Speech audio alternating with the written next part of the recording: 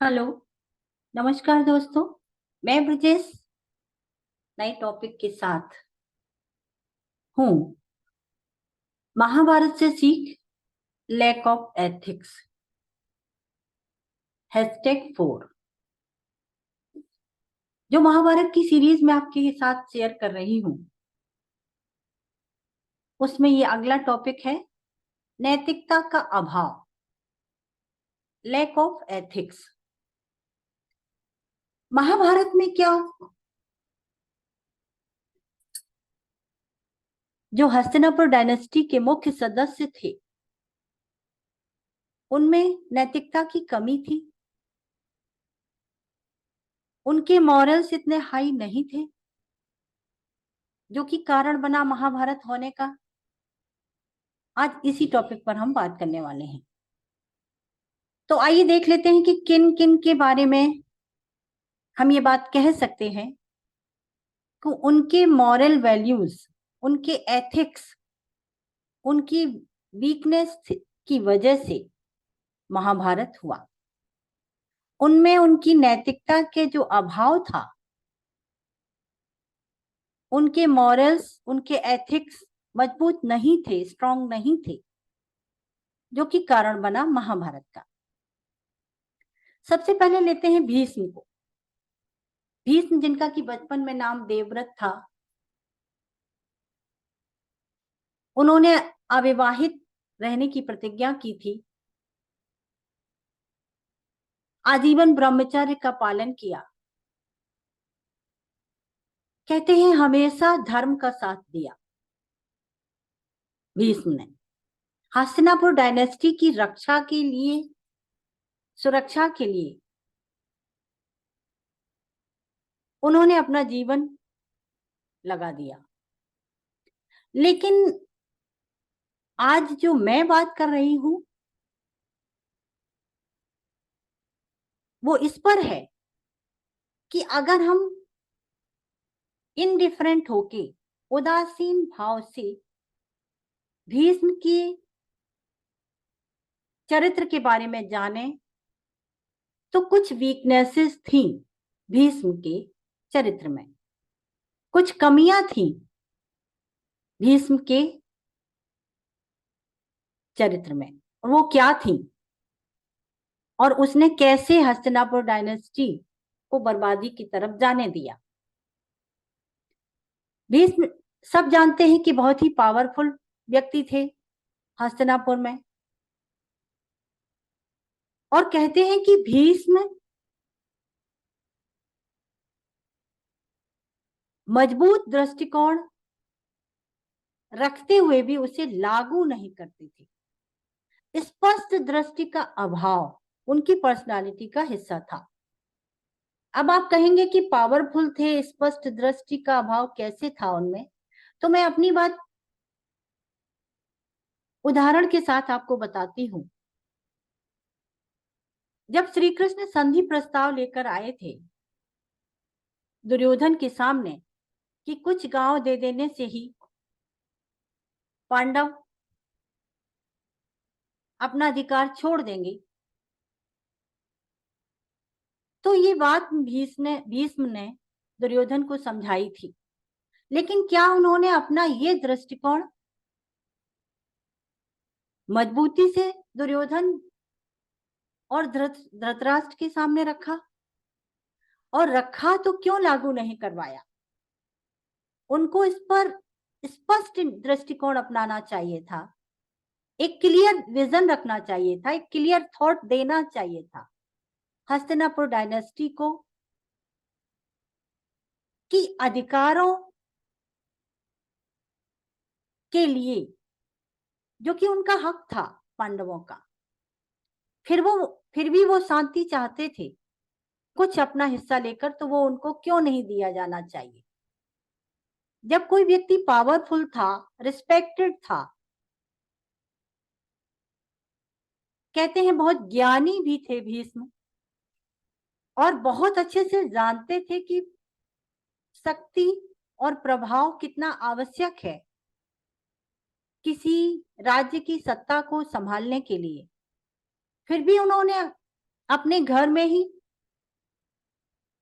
इस तरह की लड़ाई होने दी। तो मैं ये कहूंगी स्पष्ट दृष्टिकोण, स्पष्ट क्लियर विजन, उनका थॉट प्रोसेस जो भी था, लेकिन उन्होंने क्लियरली उसको इम्प्लीमेंट नहीं किया, उन्होंने लागू नहीं किया। अपनी बात को मानने के लिए, मनवाने के लिए धृतराष्ट्र और दुर्योधन पर दबाव नहीं डाला, जो कि वो कर सकते थे। राजा की कर्तव्य, राजा का कर्तव्य होता है कि प्रजा का पालन करे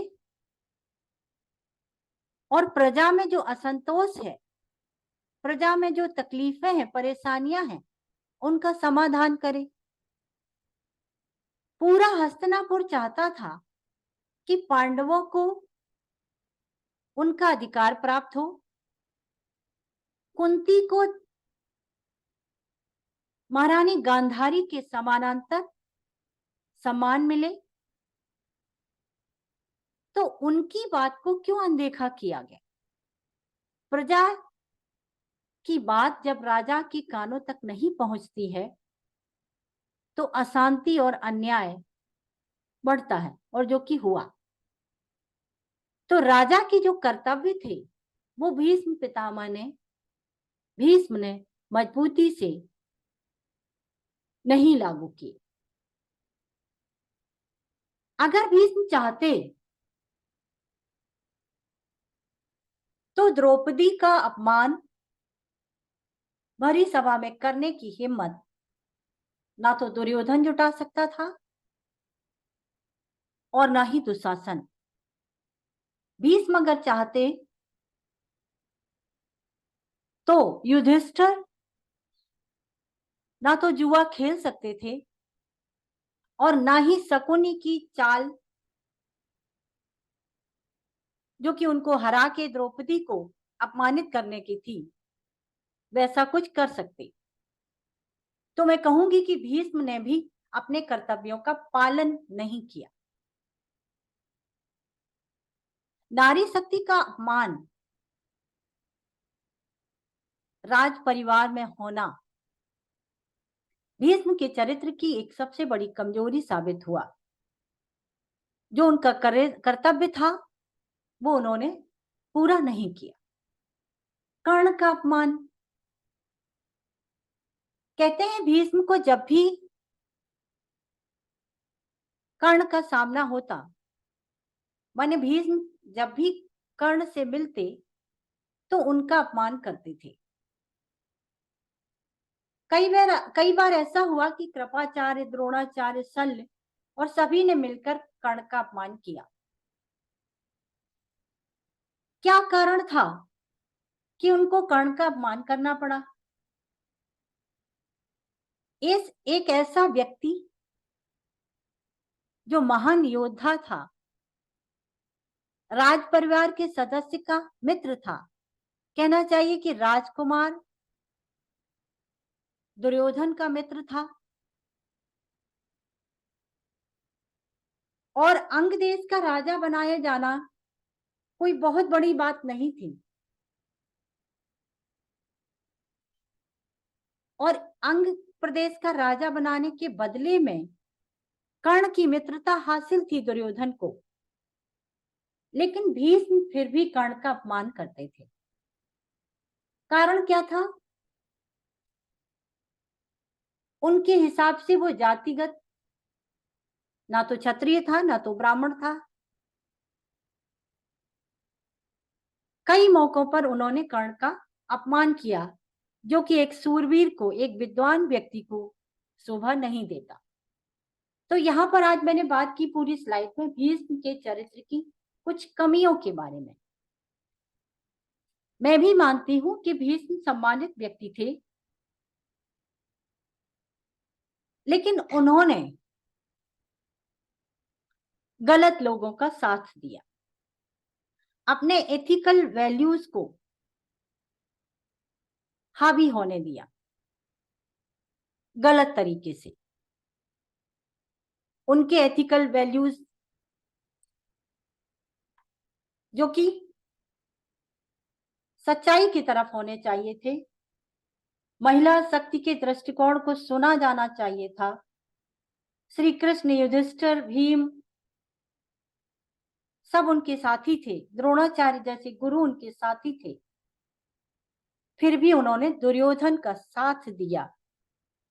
ये उनके व्यक्तित्व की, ये उनके चरित्र की सबसे बड़ी कमी थी। देखा जाए तो एथिकल वैल्यूज होते क्या हैं? अगर ऑनेस्टी का साथ देना, ज्ञान देना, सच्चाई के रास्ते पर चलना और विद्वानों का सम्मान करना, नारी जाति का सम्मान करना, ये सब चीजें भीष्म में होनी चाहिए थी, जिनका कि उनके चरित्र में अभाव दिखा। कहते हैं कि झूठ बोलना, झूठ का साथ देना एक तरीके का अज्ञान है, जिसमें डूबे लोग कभी भी सच्चा ज्ञान या सफलता नहीं पा सकते। तो भीष्म ने अन्याय का साथ दिया। क्षत्रिय होते हुए भी, राज परिवार के सबसे पावरफुल सदस्य होते हुए भी, ये भीष्म के चरित्र की कमियां थी। आगे चलते हैं। धृतराष्ट्र, धृतराष्ट्र जो कि राजा बनाए जा चुके थे, सिंहासन पर विराजित थे, उन्होंने क्या किया? उनके मॉरल वैल्यूज की कमियां क्या थी? पहली सबसे बड़ी कमी थी कि उन्होंने गांधारी को धोखा दिया। गांधारी जो कि देख सकती थी, उनसे विवाह किया। और कहते हैं कि गांधारी का विवाह जब होने जा रहा था, तो किसी आचार्य ने उनको कहा था कि गांधारी से जो विवाह करेगा वो मृत्यु को प्राप्त होगा। गांधारी की कुंडली में विधवा का योग है, जिसके कारण उनका विवाह एक बकरे से कराया गया। उसके बाद धृतराष्ट्र से उनका विवाह कराया गया। इस बात की जानकारी जब धृतराष्ट्र को हुई, तो उन्होंने गांधारी को हमेशा विधवा माना और सही सम्मान नहीं दिया। परिवार से विश्वासघात, धृतराष्ट्र ने गांधारी के पिता को इस बात का दोषी माना और उनको कैद करवाया। वो इस बात का दोषी मानते थे कि उन्होंने विधवा से उनका विवाह कराया। जब आप एक राजकुमारी को अपनी पत्नी बनाते हैं और उसे धोखा दे रहे हैं, उसके परिवार से विश्वासघात कर रहे हैं, तो कहां से एक राजा का कर्तव्य आप निभा रहे हैं? धृतराष्ट्र ने वैसा नहीं किया, अधर्म का साथ दिया। धृतराष्ट्र योग्य थे, जानते थे कि दुर्योधन सब गलत कर रहा है, अपने भाइयों के साथ बेईमानी कर रहा है, अपने भाइयों को मारने के षड्यंत्र बना रहा है। फिर भी उन्होंने दुर्योधन पर रोक नहीं लगाई और उसका साथ देते चले गए। कहते हैं ये इन्होंने पुत्र मोह में किया। पुत्र मोह इतना ज्यादा नहीं होना चाहिए कि आपने हस्तिनापुर डायनेस्टी को ही बर्बाद कर दिया। क्रूर राजा थे। कहते हैं कि धृतराष्ट्र युधिष्ठिर का सम्मान करते थे और भीम से नफरत करते थे, घृणा करते थे। भीम से जब भी सामना होता था धृतराष्ट्र का, तो धृतराष्ट्र उसका अपमान करते थे और उसको मारने के लिए हमेशा उतावले रहते थे। एक प्रसंग आता है कि जब भीम मिलने आते हैं धृतराष्ट्र से, तो धृतराष्ट्र उनको अपनी बाहों में जकड़ लेते हैं मारने के इरादे से। श्री कृष्ण उनको बचाते हैं क्योंकि उन्होंने मूर्ति को धृतराष्ट्र की बाहों में दे दिया था भीम की जगह, जिससे कि उनके जीवन की रक्षा होती है। एक और प्रसंग आता है कि धृतराष्ट्र ने एक हंस के जोड़े को देखा तो उसकी आंखें निकलवा ली, जिससे कि हंस की मौत हो गई और हंस के सारे बच्चे हंस को मरता देखकर मौत को प्राप्त हो गए। और जिसकी वजह से, जिसके कारण से धृतराष्ट्र शापित थे और अंधे पैदा हुए। तो हम कहेंगे, इस पूरी स्लाइड में मैंने ये बताना चाहा कि जो ह्यूमन वीकनेसेस थी वो धृतराष्ट्र पर हावी थी, मानवीय कमियां थी धृतराष्ट्र के चरित्र में। वो थी गांधारी से धोखा देना, परिवार से विश्वासघात करना और अधर्म का साथ देना। और निश्चित रूप से धृतराष्ट्र एक क्रूर राजा साबित हुए। अब हम बात करते हैं कर्ण की। कहते हैं कि कर्ण दानवीर थे, महान योद्धा थे, श्री कृष्ण के भक्त थे, लेकिन उनके चरित्र में दो बड़ी कमियां थी। एक सबसे बड़ी कमी ये थी कि उन्होंने अधर्म का साथ दिया। दुर्योधन से मित्रता की कीमत उन्हें अधर्म का साथ देकर चुकानी पड़ी। जब लाक्षागृह का योजना बना रहा था दुर्योधन, तो कर्ण ने खुलकर विरोध किया कि योद्धा वो है जो अपने दुश्मन का सामना करे, अपने शत्रु का सामना करे, वो नहीं जो उसके खिलाफ साजिश करे, षड्यंत्र रचे। कहने के बावजूद भी कर्ण ने दुर्योधन का साथ नहीं छोड़ा। अगर दुर्योधन बात नहीं मानता था, अधर्मी था, तो फिर कैसी मित्रता। कहते हैं हमें अपना साथ सोच समझकर चुनना चाहिए। कर्ण तो विद्वान थे, अंग प्रदेश को छोड़कर उसकी मित्रता को अस्वीकार करना चाहिए था, बट उन्होंने ऐसा नहीं किया। कर्ण ने अन्यायी अधर्मी का साथ दिया। सत्ता का लालच। कहते हैं कि कृष्ण ने जब कर्ण को समझाना चाहा, श्री कृष्ण कर्ण का बहुत सम्मान करते थे, जानते थे कि ये व्यक्ति बहुत ही धर्मपरायण है, और वो ये भी जानते थे कि कुंती पुत्र है ये श्री कृष्ण।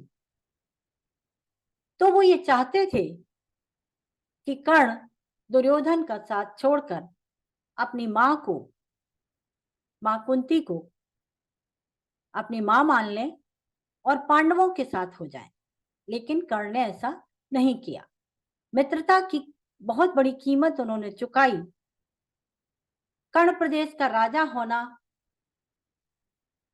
जिसके बदले में उन्होंने एक अधर्मी का साथ दिया और जीवन पर्यंत उससे मित्रता निभाने के लिए गलत योजनाओं में साथी रहे। अब हम बात करते हैं द्रोणाचार्य की, जो कि विद्वान थे, बहुत बड़े धनुर्धारी थे, पूरे हस्तिनापुर राज्य से सम्मानित थे क्योंकि कौरवों और पांडवों दोनों के गुरु थे। इनके चरित्र में सारी महानता हम लोगों ने पढ़ी, लेकिन इनके चरित्र में भी कुछ मानवीय कमियां थी। वो कमियां क्या थी? अपने ही विद्यार्थियों के बीच भेदभाव करते थे। एकलव्य इनका एक शिष्य था जिससे इन्होंने अंगूठा मांग लिया, क्योंकि हस्तिनापुर राज्य का कोई भी राजकुमार उसका सामना नहीं कर सकता था। आर्चरी में, धनुर्विद्या में वो बहुत ही अधिक होशियार था। क्योंकि वो निषाद जाति से था, इसलिए द्रोणाचार्य नहीं चाहते थे कि वो धनुर्धर बने। महत्वाकांक्षी गुरु थे, कहते हैं कि महत्वाकांक्षा उनकी जीवन पर्यंत उन पर हावी रही। उन्हें केवल 3 लोगों का पालन करना था, जिसमें कि अश्वत्थामा, उनकी पत्नी और उनका खुद का। द्रुपद से जब उनका मनमुटाव हुआ, ये बात सही है कि द्रुपद अगर अपने धन से कुछ धन दे देते, जो कि अपने बचपन के मित्र थे द्रोणाचार्य और द्रुपद, लेकिन उन्होंने वैसा नहीं किया। कह सकते हैं कि द्रोणाचार्य एक ऐसे समय में एक ऐसी व्यवस्था के पीड़ित व्यक्ति थे जहां ज्ञान को उतना सम्मान नहीं मिलता था जितना कि मिलना चाहिए था। और यही बात थी कि वो आज चाहते थे कि उनका बेटा अश्वत्थामा दुर्योधन का साथ दे, जिससे कि उसे उन तकलीफों का सामना ना करना पड़े जो द्रोणाचार्य ने अपने जीवन में की। और यही कारण है कि उन्होंने गलत का साथ दिया, अन्याय का साथ दिया। तो हम कहेंगे कि उनके चरित्र की एक कमी थी महत्वाकांक्षी गुरु होना। पैसे का लालच था, क्योंकि पैसे की कमी का सामना उन्होंने जीवन पर्यंत किया। भरण पोषण करना उन्हें मुश्किल साबित था। जब द्रुपद ने उनकी मदद नहीं की तो कुरु ने उनकी मदद की और उनको वो सब दिया जो उन्हें चाहिए था। और यही कारण है कि द्रोण कौरवों के साथ रहे और उनकी तरफ से युद्ध में शामिल भी हुए। एक पहले द्रोणाचार्य ऐसे गुरु हुए जिन्होंने अपने पक्ष के लिए युद्ध करना तक मान लिया। द्रोणाचार्य अगर चाहते तो युद्ध से अपने आप को अलग अलग कर सकते थे। खून की नदियां बहाए जाना, ऐसे पाप कर्म में भी द्रोणाचार्य शामिल हुए कौरवों की तरफ से। ये उनके चरित्र की मानवीय कमी थी। और अगर द्रोणाचार्य ये देखते कि उनके दोनों तरफ, एक तरफ कौरव थे एक तरफ पांडव थे और दोनों ही उनके शिष्य थे, तो शिक्षा देना गुरु का काम है, युद्ध में साथ देना ये उनके चरित्र की मानवीय कमी थी। कहते हैं कि अभिमन्यु की जब हत्या की युद्ध में, कुरुक्षेत्र में, तो द्रोणाचार्य उस दिन कमांडर इन चीफ थे, उनके सेना नायक थे और उन योद्धाओं में शामिल थे जिन्होंने अभिमन्यु की हत्या की। तो ये मानवीय कमियां द्रोणाचार्य के चरित्र में थी। फ्रेंड्स, मैं ब्रजेश मिश्रा आपके साथ हूं महाभारत की सीरीज को लेकर। प्लीज हमारे चैनल को लाइक कीजिए, शेयर कीजिए, चैनल को सब्सक्राइब करिए और कमेंट बॉक्स में जाके मुझे बताइए कि आपको इस संदर्भ में क्या कहना है, आपकी क्या राय है। आज के संदर्भ में किसी महान व्यक्ति में भी किस किस तरीके की कमियां हो सकती हैं, इस पर हमने बात की। प्लीज अपनी राय रखिए। मैं आपसे मिलती हूं अपने अगले वीडियो में बहुत जल्द। Thank you. नमस्कार।